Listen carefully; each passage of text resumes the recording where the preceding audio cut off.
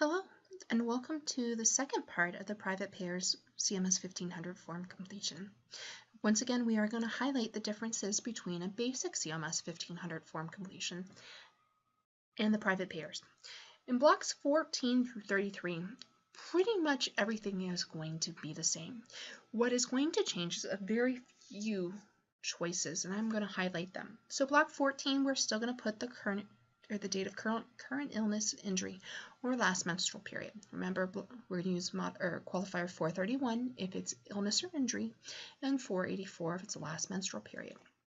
15 would be used for any additional dates. 16 would be for when that patient is unable to work in that current occupation. Remember, that to date is going to be the last day that patient is unable to work. Okay. 17 is still going to be the referring provider information. DN is the abbreviation that we use if they are the referring provider.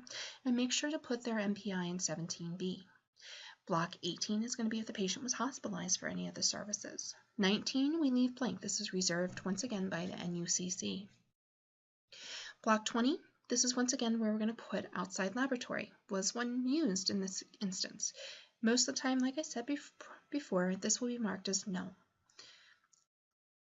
Block 21, nothing is going to change with this on the form. This is still going to be where we put all of the information for the diagnosis codes. Okay, so this will be coming from your ICD-10-CM. For example, in this one in Block A, we have I-10. That is the code for hypertension. Block 22, if we have a resubmission code, this is where we'll enter it on the left-hand side of Block 22, and on the right-hand side, we would put that original reference number. Block 23 is where we would put a prior authorization number. Now, Block 24, this is broken down to A, B, C, D, E, F, G, H, I, and J.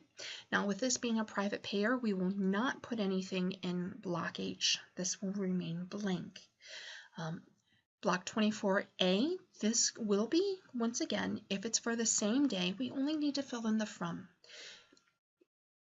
Block B will be the place of service. So once again, 11 is for office, 21 is for hospital. Those are the most commonly used. 24C, this is for emergency. With private payers, we are going to leave this blank if it's no, put a Y in there if it's yes.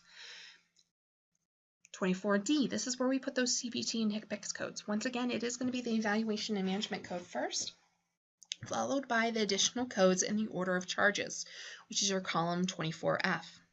We are also going to still link these to your block 21. So this is going to be A for the hypertension for both that level 3 established visit code as well as that EKG code. Okay. If you have multiple reasons for the visit, you are going to just list all the different letters. Charges are going to be associated with what is printed onto your scenario. Typically, you would find this on a charge sheet.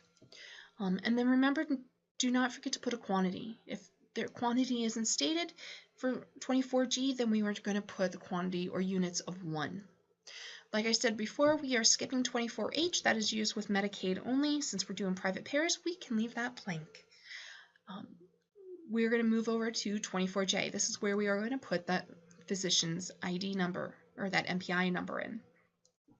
Once you have 24 filled out, you will move down to the bottom part. Now, 25, this is going to be the EIN or the Social Security number. Make sure to mark which one you use.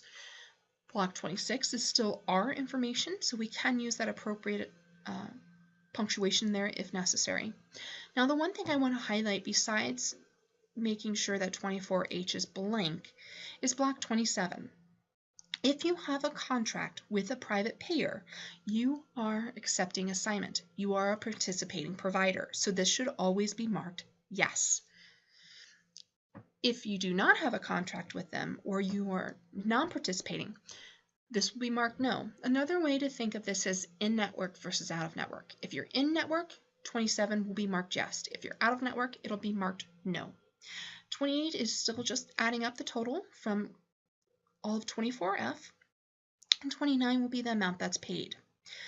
31 is going to remain the same. You're going to have that physician's signature or stamp. This will come down to a contract by contract basis. Once again, for all the purposes of all your assignments, you are going to go ahead and just type in the physician's name and credentials. and date. 32 would depend if we are using a different facility. In this case, since we are using the office, we do not need an additional information there. We will fill all that out under block 33. Block 33, make sure, do not forget to put that MPI number, and 33A, make sure you put the name of the clinic in there, and make sure to spell out any abbreviations, and you can do that hyphenated 9-digit zip code if required. Okay, next up will be Medicare.